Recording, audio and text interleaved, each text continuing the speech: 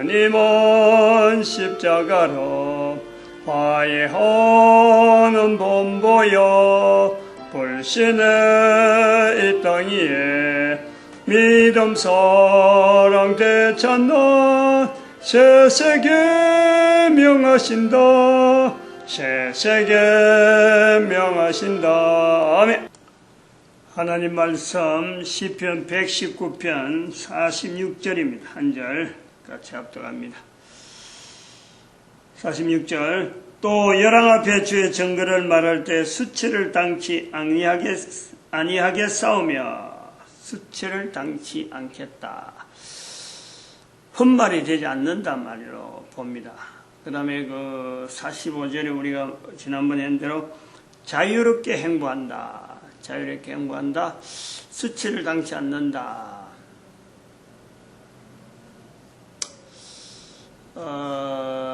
경제활동에 대한 다들 경제활동을 하잖아요. 개인도 그렇지만은 국가 단위로 이제 그런 거 정리를 하잖아요. 어느 국가가 어떻게 산다, 경제력이 어떻다, 전 세계 국민들이 다 알 수 있는 그런 데이터로 비교하는 거죠. 비교. 그래서 어떤 조건에서 어떤 나라가 살기 좋은 나라다 이렇게 되어집니다. 개인도 마찬가지. 돈이 있어야 노후 보장이 되고 100세 시대 이야기하고 아무래도 돈으로 모든 것이 다 커버가 될 수 있는 것 같은 이런 시대를 우리가 지금 만나서 이런데도 불구하고 경제활동이 국가는 국가대로 국가적인 기준을 가지고 경제를 풀어나가려고 하는데 뭔지 모르게 안 풀리는 거죠, 지금. 꼬이도 보통 꼬인 게 아니잖아요. 즉 말하면 경제대국이라고 하는 나라들이 경제대국에 진행해오면서 그동안의 금전, 그동안 화폐, 그동안의 재정상태를 여러가지 많이 경제상황을 여러가지 많이 접해보고 뭐 이 방법을 할까 저 방법을 할까 많이 이제는 해봤는데 안 풀려요. 안 풀린단 말이죠. 세계적인 나라를 한번 봅니다. 나라 경제를 가지고 어떤 나라들이 어떻게 형성하고 있느냐. 오래전 나라라 그러면은 로마 제국의 때로 우리 보면 이태리잖아. 이태리에서 조금 더 이제 나아가면은 프랑스가 나오잖아요. 프랑스 나오다가 또 프랑스에서 신성 로마 제국이라고 하는 독일이 나오죠. 근데 그거는 정말 내륙이란 말이야. 내륙. 1492년을 기점으로 하는 해상무역시대. 콜럼버스가 신대륙을 발견한 그 시대를 1492년을 보고 해상무역시대라 이러죠.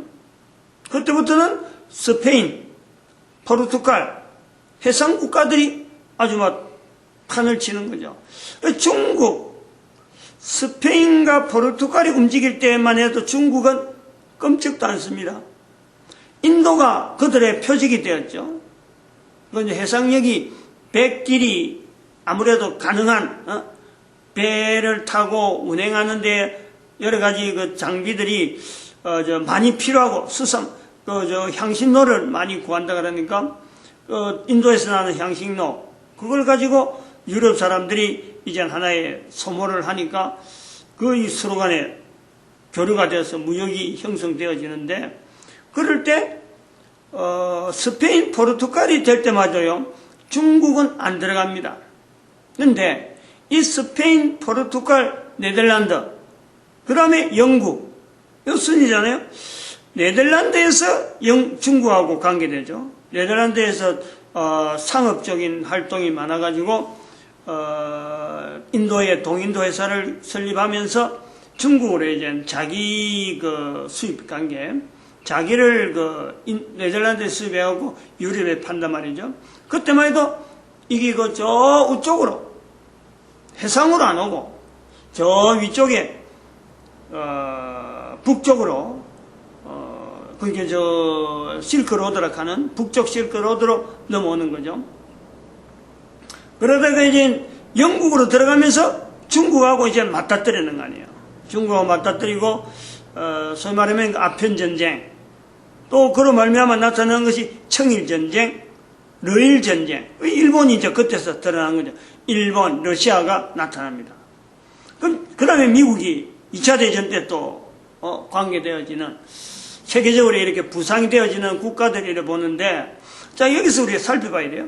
지금 여기 이야기 들민 나라들이 소위 말해 선진국이에요. G20 안에 다 들어가는 거예요. 우선 이태리 가능하냐? 지금 현재 세계적으로 경제를 바라볼 만한 어떤 믿음이 주는 모델 국가냐? 아니죠. 프랑스? 아닙니다. 독일? 그거 조금은 우리가 몸이 앞으로 가는 거죠. 독일 가면. 그러면은 스페인, 포르투갈, 네덜란드, 영국, 미국, 일본. 미국이 2008년 전까지만 해도 탄탄했어요. 일본도 어느 정도 늦게 했으니까 늦게 한 나라로서도 일본을 많이 기웃거리죠. 그러나 일본, 미국은 지난 시간에 이야기했지만 이제는 완전히 제외. 그럼 유일하게 이 엄청난 G20 국가에 들어가는 러시아는 아예 경제 쪽에는 항상 제외되니까. 이 G20 국가라 할 수 있는 이 나라들이 현재 유독히 독일 하나만 지금 거기에 딱 이렇게 스톱되어 있는 거죠. 나머지는 전부 다 지금 힘이 없단 말이에요. 그리스, 터키, 이런 국가들, 큰 국가라 하는 국가들이 아무리 질미고 아무리 손꼽아 들어가도요, 안 되는 거예요. 브라질이 나라 크다 해도 안 되고, 중국 나라 크다 해도 이건 어림도 없고, 인도도 나라는 크지만은 오래된 경제생활 해도 인도를 통해서 전 세계 사람들이 바라볼 정도가 안 된다. 자, 이러면 우리가 한번 생각을 해보는 거죠. 전 세계 나라는 지금 각 나라 단위로 뭔가 하락하는데 안 되는 거예요. 독일의 문제는 딴감 나왔고, 독일 하나 가지고 전 세계 사람들이 다 달라붙으려고 아무리 해도 독일을 아무리 따라가려도 따라갈 수 없는 독일만의 어떤 구성이 있는 거예요. 그 모습의 독일을 가지고 독일의 구조는 산업구조는 이렇다 해서 그걸 가지고 각 나라가 벤치마킹 하려고 해도 안 되는 거예요. 독일에 대한 건 또 따로 별도로 이야기해야 돼요. 그러면 이런 지금 시대에 개인은 돈이 있어야 되고, 국가도 경제를 잘 해야 되겠다 하고 하는데도, 오래된 경제력을 가지고 적용을 해오고 노하우가 가지고 있던 나라들조차 안 된다. 그러면 안 되는 것에서 어떻게 할 거냐? 각 나라가 포기한다. 포기를 하고 싶어요. 그런데 각 나라가 포기한다 하는 것 자체가 어디에서 포기해야 되는지, 포기해야 될 시점이 어딘지, 그럼 포기하게 되면은 다음에 대안이 뭔지, 포기라는 것이 뭐냐, 국민들은 어떻게 되느냐, 이런 전반적인 이 내용에 기준 자체가 없는 거예요. 기준이 한마디로 어디까지 하는 것이 경제인데 더 이상 이제 경제선에서는 끝난다, 이 표시가 없어요. 표시를 제시할 수 없어요. 그래서 이거 전부 다 돈으로 다 되는 줄 알고, 돈만 있으면은 부도가 나는 곳에서 돈이 필요하니까 막 돈 찍어낸단 말이야. 돈을 찍어만 내면 되는 줄 알고 찍어냈는데, 돈을 아무리 찍어내도 양적 완화 아무리 돈을 찍어내도 경기가 옛날처럼 돌아가질 않는 거예요. 옛날에서 계산하던 이 정도 돈을 풀면은 경기가 향상돼야 되는데, 푼다고 푸는 요소를 참 힘을 주고 이번에 최고다 하고 몇 번 그런 식으로 했는데도 경제가 대한민국 경제나 일본 경제나 미국 경제나 전체적인 경제가 움직여져라. 어스태그, 인플레이션이라고 하고, 디프레이션이라고 하고, 어스태그란 말을 쓰는 거죠. 이거는, 이런 현상을 어떻게 해석해야 되느냐. 지금으로서는 어느 누가 이야기해도 해석이 안 돼요. 방법이 없어요. 대안이 없어요. 이런 요소를 가지고 지금 현재 이 자료를 봐야 된다. 그지? 왜 지금 안 되느냐? 왜 방법이 없느냐? 지금 현재 현상이, 지난 시간에 말씀드렸지만, 지금 현재 현상은 이 그림이라네, 이 그림. 이 단순 곡선으로 해서 계속 지향하는 형태로 나가면은, 그건 누구든지 예측이 되는 내용이에요. 근데 이게 여기서 갈라진다는 거예요. 2012년에서 지금 갈라지는 현상이 나타난다. 나타나야만 되는 시점이 왔다. 저 시점이 왔기 때문에 저러한 현상이 갈라져야만 되는 것이 필요한 시점에 왔는데, 이거를 일반적인 그동안에 1000년 동안에 가지고 있던 1096년 이후로 1000년이라 보고 2012년까지를 금융 어떤 질서의 하나의 연도를 1000년이나 잡고 1000년간 모든 그 금융의 어떤 실체, 금융의 어떤 운용관계 이런 데이터들을 적용해갖고는 이제는 안 되는 것이 분명한 거예요.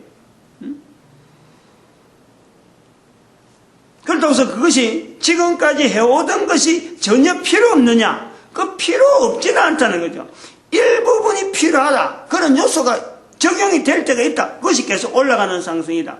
그러나 밑에서 꺾어지는 이 다른 어떤 계층이 나타나는 이 요소, 이러한 시점, 요거를 지금 인정해라. 2012년부터 이 현상이 나와야 될 때가 됐기 때문에 경제가 계속 올라가는 논리를 갖고는 한 어떤 곡선, 하나의 어떤 선에 있는 거기에 의존해갖고 인류가 바라보는 그 요소가 아니다.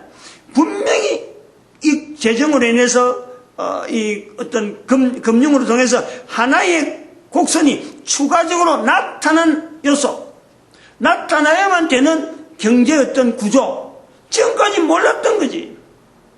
단순하게 그냥 이렇게 추정을 해가지고 이런 것이 필요한 현재 바라보는 목사가 바라보니까 이렇게만 가서는 안 된다는 거지. 요 밑에 계층이 있어야 된다.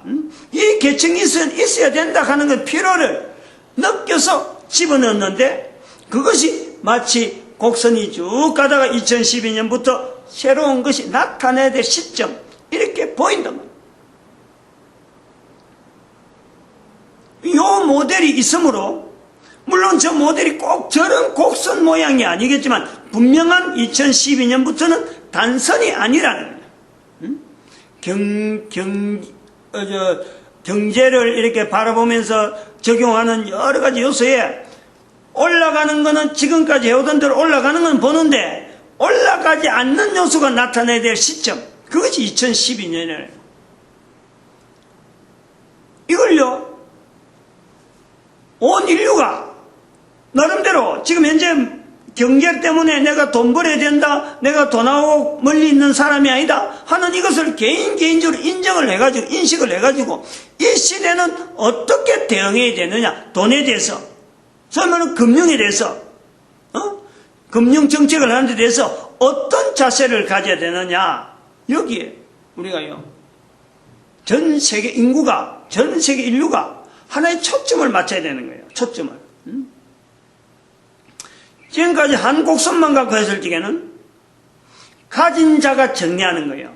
가진 자가 정책을 정하면 그냥 가는 거예요. 이런 정책 저런 정책 하다가 2010여 년까지 왔는데 그 정책이 안 맞다는 거예요. 그 지금까지는 2012년까지는 그럴듯하게 맞아왔는데 실제로는 그게 그럴듯하게 맞아온 게 아니고, 나머지 한 곡선이, 밑으로 내려가는 곡선이 있어야 될 거를 오래 전부터 가지고 있었는데, 이제서 발표하는 거야. 발표가 늦은 거지. 2012년에 이르러서 이제 발표하는 거예요. 그 전에도 필요했는데, 발표할 수 있는 상황이 안 된 거예요. 이제는 그 상황이 돼가지고 발표를 하는 거예요. 2012년부터는 경제라는 이 지표를 볼 때 쌍선이 갈라지는, 분리되어지는 이 요소를 어떻게 채취할 거냐, 어떻게 해석할 거냐, 어떻게 관리할 거냐, 여기에 대해서 전 세계 경제에 대한 영향이 들어간다는 거예요.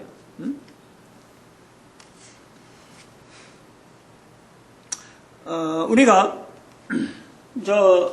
지난번에도 우리 잠깐 했지만 이 부분을 우리가 같이 봐야 됩니다. 같이.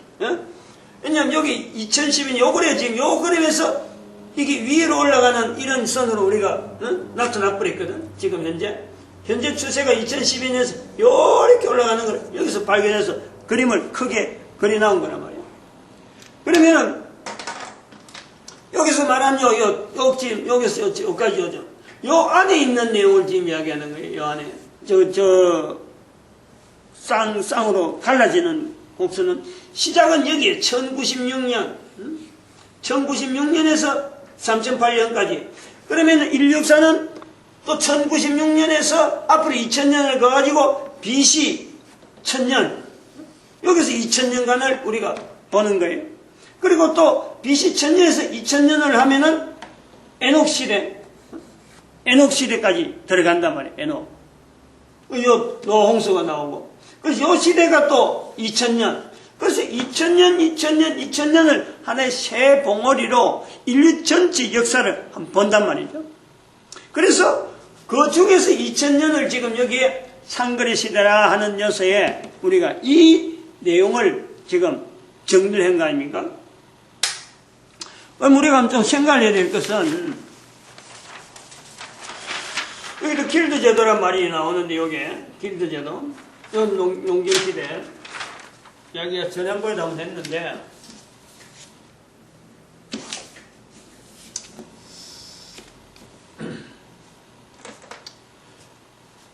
우리가 지금 좀 고려해야 될 게 모든 인류가 지금 1096년부터 3008년까지를 이 보는 시각을 지금까지는 교육, 학교에 어떤 경제학 이론, 미시경제, 거시경제 이런 이론이 학교에서 이렇게 배워가지고 알게 되기 때문에 아는 사람만 아는 거예요.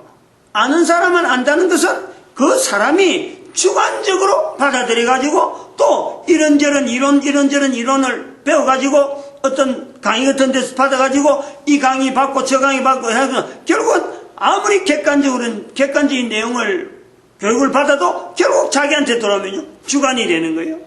그리고 이 주관적인 내용을 갖고 단위 국가 국가 어떤 정책에 기여하는 거예요. 그런데 그것이 정책에 기여해본들 아무리 기여한다고 단위 국가에다가 하고 이걸 거시경제를 넣고 전 세계 하고 조화되는 가운데 이러한 방법을 써야 된다고 하지만은 결국은 한 사람의 주관이 한 국가의 내용이에요. 국가가 취할 수 있는 최적의 방법, 그것이 전 인류가 볼 때 최적의 방법은 아니다.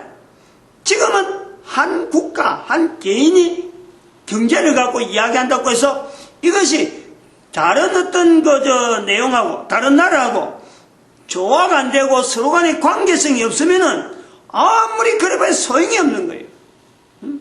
중국이 큰 나라라고 자기 나라만 잘 살고 자기 나라만 어때하고 우리나라만 해갖고 다른 나라하고 봉쇄해버리고 우리만 하자 하다가 결국에는 공산이라고 거기에 어떤 정치적인 어떤 구조적인 악순환만 계속돼가지고 결국은 포기하고 자본주의 형태로 나오는 거예요.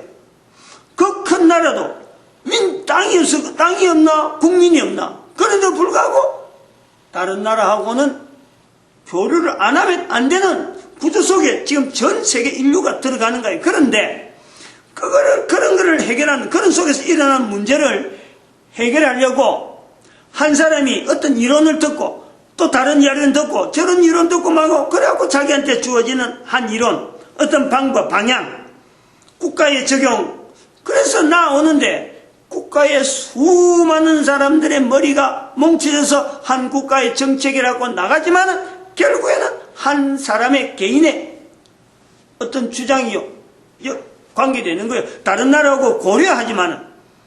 근데 그것 갖고 안 된다는 거예요, 지금은. 아무리 그래도 또 다른 나라 입장에서 보면 저기 우리한테 안 맞으니까 수정해라 하다 보면 이거 수정하고 저거 수정하다 보면 결국에는 어떤 개인이 할 수 있는 일이 없는 거예요. 개인이 정책을 가지고 배운 것 가지고 해갖고 안 된다 말이에요. 여기서 우리가 중요한 걸 하라고 우리가 분명히 잡아야 돼요. 이건 전 인류가 국민들 개인이 이걸 인식을 해요. 배워서 되는 게 아니에요. 이거는. 이것을 지금 이렇게 이야기하는 자체를 이런 데서 강의를 듣고 배우라 이래서 하는 게 아니고 이거는 기존 있는 거예요. 1096년 지금 여기 2012년이란 말이에요. 기존에 있는 거예요. 있는 거. 있는 것을 보는 시각, 이것을 지금까지 배운 데서는 엉뚱하게 이 내용을 안 배운 거예요. 이런 시각을 안 들은 거란 말이에요. 있던 내용을 이야기할 거예요. 여기. 요 내용을 비춰서 여기를 이야기할 거예요. 1096년에서의 붙잡는 그 자리가 여기에서 뭐가 1096년은 뭐예요? 이게 왜 1096년이라 하냐면 이 십자군 전쟁이잖아.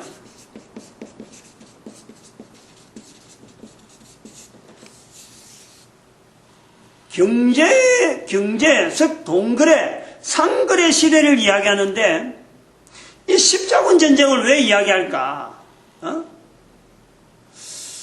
거꾸로 또 다르게 이야기하면은 상거래 시대에 상행위를 갖고 금융을 이야기하는 사람들이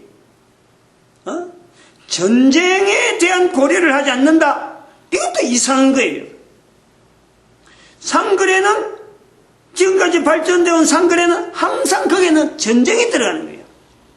전쟁에 관계되어서 사실은 발전되어져서 이런저런 파생 상품이 나오다가 이게 금융이라고 하는 큰 구조 속에 들어가는 거예요. 전쟁에 관계 안 된 내용이었어요. 한 번씩 전쟁이 생길 때마다 금융권이 그야말로 막 휘몰아치는 거예요. 우리만 해도 그렇죠. 대한민국만 해도 한국 전쟁 때문에 일본의 경제가 사는 거예요. 베트남 월남전 때문에 대한민국 경제가 사는 거예요. 베트남 전쟁 때문에 미국이 들썩들썩하는 거죠. 1차 대전이 시작될 때 1차 대전 끝나고 2차 대전이 시작될 때 독일에서 나오는 여러 가지 정책과 여러 가지 영향 때문에 미국의 그 화폐가 금태환하고든 이 내용이 그냥 사몰아지는 거예요. 1933년에 그랬잖아요. 1933년. 그러면 1929년쯤인가 이게 금태환 그거 되고 1939년에 2차 대전이 생기잖아요. 이 전쟁의 그 어떤 휘몰아치는 이 어떤 힘 때문에 전 세계 금융권이 왔다 갔다 하는 거예요. 이거 무시하면 안 되죠. 무시할 수가 없는 거 아니에요. 지금도 금융권이 어디서 움직이느냐? 전쟁 무기 만드는데 돈이 다 들어가니까. 워낙에 그쪽에 돈이 많이 들어가니까 지금 돈을 아무리 찍어도 거기에서 돈이 최정 현상이 생겨갖고 지금 안 된다면 그러면은 사람들이 그러는 거예요. 은근하게 어디 전쟁이 나야 되겠다. 전쟁을 바라는 거예요. 돈이 안 풀리면 반드시 돈이 안 풀린 데는 경제가 영 이렇게 정체되고 할 때는요 반드시 전쟁을 터뜨립니다. 일부러라도 전쟁을 터뜨린다. 지금까지 그런 방법을 써왔어요. 누군가는 아마 이 방법을 쓸는지 몰라요. 지금 당분간 어쨌거는 앞으로도 계속 이런 방법이 나올 수가 있다니까. 그러면요 그런 개념에서 1096년이라는 이 개념은 십자군 전쟁을 발생한 연대를 이야기하는데 이 십자군 전쟁이란 자체가 1096년과 지금에서 한 1000년 전으로 보는 이 십자군 전쟁이 일반 사람들이 잘 몰라요. 말을 잘 안 해요. 이 십자군 전쟁이 1096년에 일어나가지고 언제까지 됐느냐? 1291년까지입니다. 200년이 200년간. 한번 생각을 해봐요. 인류 역사에 전쟁이 났다는 전쟁이, 몽골도 전쟁이, 무골 제국이 해갖고 유럽 쪽으로 막 쳐들어가고 하는 것도 있지만은, 그거요, 100년 안 가요. 100년이 안 간다고. 200년 동안에 있은 십자군 전쟁인데, 유럽 전체에 저 영국에서부터, 소위 말해 이거는 겨냥이 어디냐면 타켓트가 예루살렘입니다. 예루살렘을 향해서 영국에서부터 소위 말해 기독교 세계를 하는 사람들이 십자군 이렇게 하고 전부 다 일으켰는데, 200년 동안 왔다 갔다 왔다 갔다 하면서 거기에다 상행위가 들어가고 애들이 십자군으로 가는 어린 소년 십자군 깨갖고 그 사람들이 쑥 와가지고는 배 타고는 상해, 그 당시에 인력이 부족하니까 아프리카 쪽으로 전부 다 노예로 다 팔아버려. 십자군 전쟁해갖고 유럽 인구가요, 완전히 이게 지축박죽 되잖아요. 전쟁 가서 돌아온 사람도 있고 안 돌아오고. 그래갖고 미망인들이, 남아있는 부인들이 어떻게 되겠어요?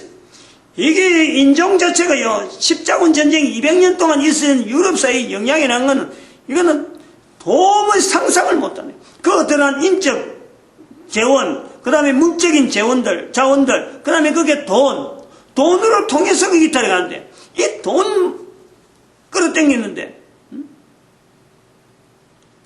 여기에서 나온 사람들이 프랑스 왕이라든지 영국 왕이 가다 죽어요. 또 프랑스 왕도 죽어요. 왕이 죽고요. 다른 나라 왕 몇 명이 죽은지만 분명한 거는 영국 왕이 죽어가지고, 영국 왕이 죽자 이 유대인들을, 영국에 있던 유대인들을 추방하는 그런 사태가 벌어지고, 프랑스 왕도 죽지. 그게 200년. 목표가, 이 위치가 십자군 전쟁을 할 때 목표점이 예루살렘을 탈환하자. 소말하면 이슬람 사람들이 장악하고 있으니까 그것을 탈환하자 해놔놓고는 결국에는 갈등이 어디서 나오냐면 유대인들하고 갈등이 생기는 거예요. 유대인들한테. 적으로서는 유럽 사회에서 그 당시, 그때부터 시작해서 나타나는 것이, 적은 무슬림이 적이에요. 무슬림이 적이면서 또 한편으로는 예루살렘에 있던 유대인들에 대한 미움, 전쟁에 대한 분명한 어떤 보상을 못 받으니까, 그때는 옛날 그 당시에는 전쟁을 하면 보상이 나와야 되는데, 보상이 안 나오고 전쟁이 끝나버리고, 그리고 이 전쟁을 일으킨 사람이, 장본인이 교황이란 말이에요. 교황.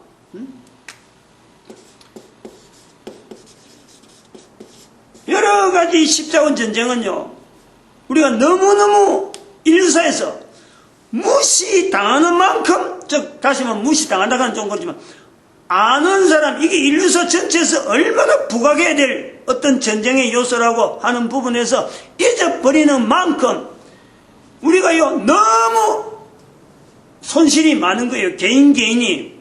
이것 자체를 붙잡고 있으면은, 십자군 전쟁을 인류사에서 붙잡고 있으면은, 그 붙잡는 개인에게 어마어마한 나름대로 여러 가지 덧입혀지는 힘이 생기는 거예요. 인류사에서 십자군 전쟁이 있었다. 교회 다니는 사람이 목사가 이래 말하니까 목사가 말할 필요가 없는 거예요. 이건 또 십자군 전쟁은 교회, 이거 기독교 개신교 일이 아니란 말이에요. 개신교 갈라지기 전에 교황이 했던 일이니까 개신교 목사가 그때 이거 안 꺼지면 돼요.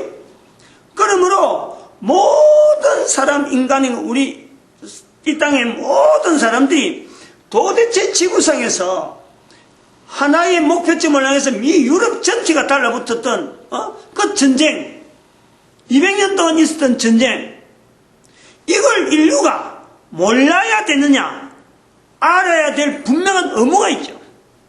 200년 동안 1차 대전이 그래 많이 죽었어요. 2차 대전이 그래 많이 죽었네. 무골, 몽고 제국이 유럽을 휩쓸었해도 그렇게 많이 휩쓸지 않았다니까. 오늘날의 이슬람이라 하는 이 무장 세력, 왜 유럽하고 이렇게 싸움을 하고 유럽하고 그냥 치열하게 하느냐? 바로 이 십자군 전쟁 때문에 있는 거예요.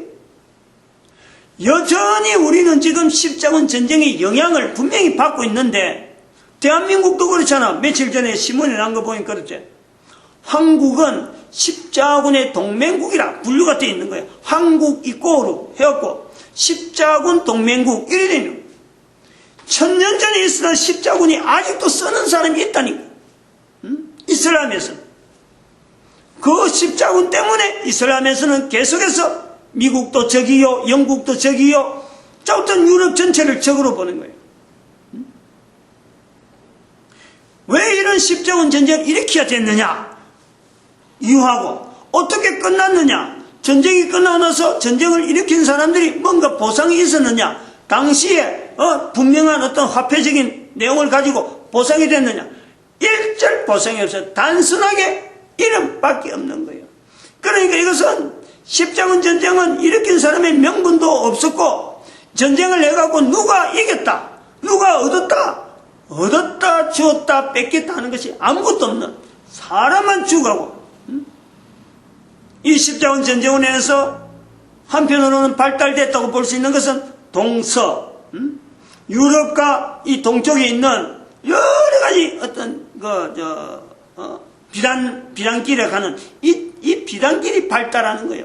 200년 동안 전쟁이 났으니까 물물 교환이요 얼마나 왕성했겠어요. 여기 돈이라는 것 자체를 우리가 봐야 돼.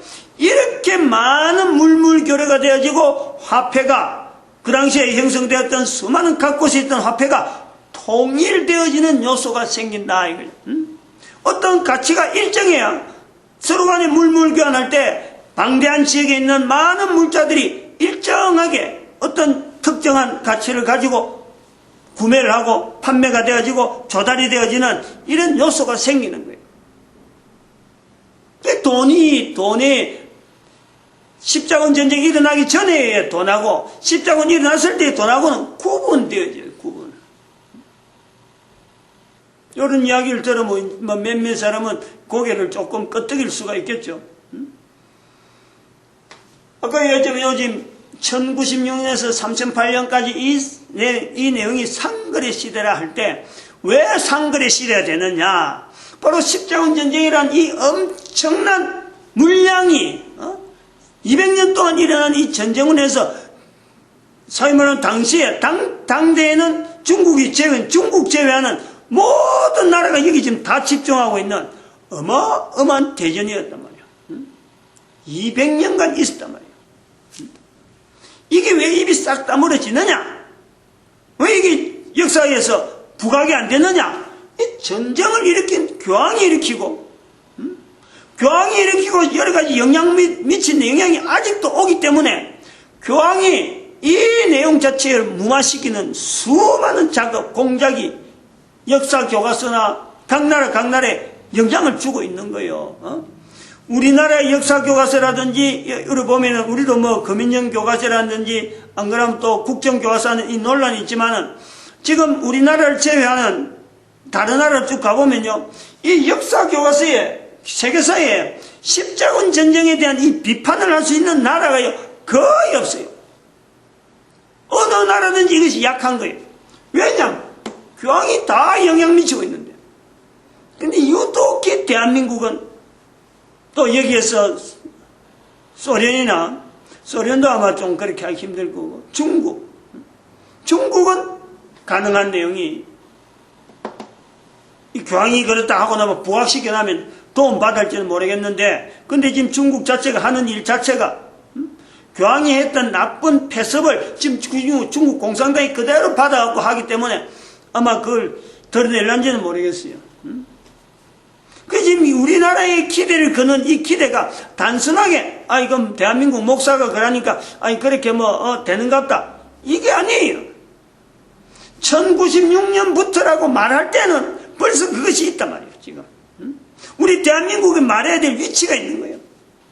전 세계 인구 중에서 국가 중에서 기독교 성탄절이 있고, 불교 석탄일이 있고, 천주교 교황이 와도 아무런 종교적인 마찰이 없는 유일한 나라가 대한민국. 전 세계에서. 이런 걸 좀 생각을 해야 돼요. 왜 개신교 목사가 이 말을 하게 되고, 왜 1996년부터 되어진지, 이 배경이 지금 있단 말이에요. 이 배경이. 그 여기서 1996년에 잡을 적에 바로 이 앞에 1996년 앞에부터 있었던 여기가 타켓트가 예루살렘인데 바로 유대인들의 삶 1996년 잡는 것은 바로 길드 제도 유대인들로부터 있었던 이 길드 제도 이거를 붙잡는 거죠. 상거래 시대가 2012년까지 왔지만은 이걸 안 붙잡는단 말이야. 근데 이제 붙잡아라 이게 2012년부터 이걸 붙잡아라. 요 모델을 가지고 온나 이게 이제부터. 그 전에도 왔어야 되는데 그 전에도 이 길드 제도가요 일반인한테 영향을 미친 거는 1500명 1765년 산업혁명이 일어날 때 이때 같이 나오는 것이 공산주의입니다. 공산주의. 이 공산이란 말이 이쪽으로 가야 되는 거예요. 근데 이게 주의라고 공산주의라고 하면서 정치적인 형태로 하나의 이 모델로 넘어가 버린 변형이 돼. 언어가 조금 추가되면서 완전히 다른 언어로 들어가 버린. 그러니까 이게 길드 제도가 부각이 안 된 거죠. 이걸 보고 길드 제도를 보고 여기가 바로 길드 제도가 형성되어졌던 그 자리가요. 이게 바로 독일이에요. 독일 경제를 이거하고 연결하지 않으면요 어림도 없어요. 독일 경제는 철저하게 유대인들의 길드 제도의 어떤 본부예요. 본부. 요거 들어가려면 굉장히 그 역사적인 사건하고만 탁탁탁 연결해도요 이 금방 연결되는 거예요. 굉장히 단순해요. 근데 요런 내용을 길드 제도 아까 제가 여러 나라 이야기했지만 여러 나라 이야기했는데 어느 나라도 옛날에 가지고 있던 그 힘을 지금은 어림도 없는 거예요. 그런데 유일하게 독일 하나가 탄탄하게 그 구조를 가지게 되는 것은 독일 자체에서 길드 제도가 본산이다. 본산. 유대인들이 나라가 없을 적에 어디에서 길드 제도의 중심이 됐느냐? 독일이죠. 독일. 해상무역으로 나타난 길드 네덜란드를 통해서 나타나고 철저하게 무역업을 통해서 네덜란드를 통해서 했는데 영국이 워낙 커지면서 영국한테 고마 짓밟히고 영국한테 힘을 잃고 그 다음에 영국의 로스차일드 가문이 생기면서 그 네덜란드의 해상권 자체에서 영국으로 돈이 들어가고 영국에 들어갔던 이 돈 가지고 나중에 미국의 월가 하는 이런 흐름이 소위 말하면 이태리에 있는 저 밑에 있는 은행 어떤 행동에 있었던 한 1996년 되기 전에 한 500년 전쯤 그러니까 한 500년 이런 쯤부터 시작해서 500년 600년 시대부터 이태리의 베네치아 지역에 있던 유대인들이 은행 활동 이자를 주가지고 돈 주고 받던 이런 관계 되다가 그 다음에 이태리의 메디치가 형성되어지고 그래서 어느 정도 이자 관계가 굉장히 좀 활발화되면서 유럽 사회라든 이런 데 영향을 미치는 나름대로 전체적인 어떤 그 구조에 돈 관계 되어지면서 교황하고 알력도 생기고 스페인하고 여러 가지 알력 생기고 막 이런 돈 관계에서 있어진 수많은 그 연결점들이 역사에 세계사에 엄청나게 많이 있단 말이에요. 그 속에 항상 중심에는 1096년이 일어나기 전에는 그 중심에는요 항상 유태인들이 늘 거기에 관여가 되는 거예요. 언제든지. 그래서 이 1096년에 간 이 내용이 이 분명한 기점이라 할 때 여기에서는 금융업에 대한 소위 말하는 조직적인 관리 한 개인이 결정해서 되는 게 아니고 또 한 개인이 돈이 많아서 되는 게 아니고 어떤 그 국가 간에 있어야 전쟁이라면 전쟁, 또 어떤 큰 어떤 무역업을 형성할 때에 주고받는 그 물량의 돈들에 대한 이 대부 관계, 그것도 원금 회수 관계, 이런 것이 안정적으로 오늘날의 형태처럼 발전되어 오는 과정에서 1096년이라고 하는 그 사건이 중요한 어떤 분수령이다 하는 것을요, 이걸 모든 사람들이, 전 인류가 이미 있는 세계사고, 이미 있는 인류의 역사이기 때문에 알아라는 거지. 이걸 알아야 돼. 이걸 붙잡아야 된다. 그래서 여기서 나오는 이 길드 제도라고 하는 이 요소, 이 요소가 앞으로 장차에 여기에 적용이 돼야 된다. 이제 2012년부터 적용이 되라고 2012년을 지금 강조하는 거예요. 그 전에도 했으면 좋았는데 그 전에는 이런 계기가 어려운 거예요. 왜냐하면 인터넷이 발달 안 돼가지고 설명을 해본들 설명할 수 있는 방법이 한계가 있는 거예요. 지금은 인터넷이 있으니까 이런 동영상을 남겨갖고 유튜브를 통해서 지금 뭐 누구나 볼 수 있잖아. 누구나. 그래 아까 잠깐 언급을 해서 딴 길로 갔는데 교육이라는 교육, 경제학이라는 경제학문요, 이거 대학까지 안 가도 얼마든지 할 수 있는 거예요. 앞으로는 대학 교육을 안 가야 되는 거예요. 지금 오늘 이 시간에 그걸 좀 하려고 하는데, 이 소매 길드 제도가 2012년부터 형성되어져야 될 이 길드 제도에는 어떤 내용들이 있어야 되느냐, 그때 길드 제도인 걸 그대로 똑같이 하라는 것이 아니에요. 그때 길드 제도의 중심이 뭔데, 그 중심에서 오늘날 온 인류가 스스로 좋다, 내가 거기를 가겠다, 이런 개인이 결단이 필요한 거예요.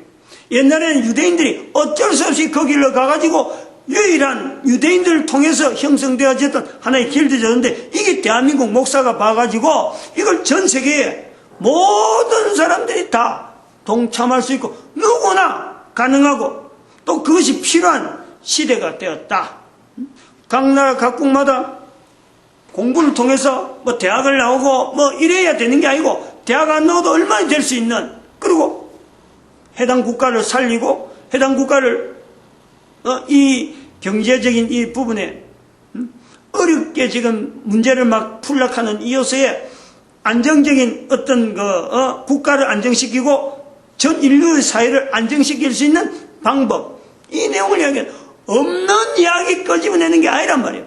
있는 모델을 새롭게 이 시대에 맞는 내용을 갖고 하나하나 점검해서 이런 사실이 있었는데 이런 것은 앞으로는 이렇게 변할 것이고 이런 사실을 또 이어야 되는데 왜 지금 과거에 쓴 길드 제도하고 왜 이것이 들어가야 되냐 안 들어가야 되냐, 이런 내용의 점검은 개인이 다 할 수 있어요. 그래갖고 미처 내가 말 못하는 것도 개인이 추가하고 내가 볼 땐 이게 더 들어가야 돼, 이럴 수도 있고, 또 어떤 사람들은 보고 여기서 이야기한 것이 그거는 좀 약해, 더 추가되어야 될 부분이 있어 하고는 뭐 좀 강하게 보강할 수 있는 그런 내용이에요. 이거는 공부 학문해갖고 뭐 거시경제 미시경제 어느 나라 경제 이거 몇 년도 경제 어느 이론 무슨 이론 이런 거 일절 필요 없어요. 누구나 알고 있는 내용을 갖고 누구나 참여할 수 있는 그 내용이란 말이에요. 본인이 단지 국가를 향해서 책임이 있느냐, 안 그러면 내가 지금 현재 인류의 한 사람으로서 지금 당대에 살고 있는 나로서 이런 내 행동에 지금 변화를 요구하는데 내가 어떻게 응답해야지, 이런 것에 대한 본인의 분명한 자세만 있으면요 누구나 가능해요. 누구나. 마치겠습니다. 기도드립니다. 할렐루야. 함께 하시면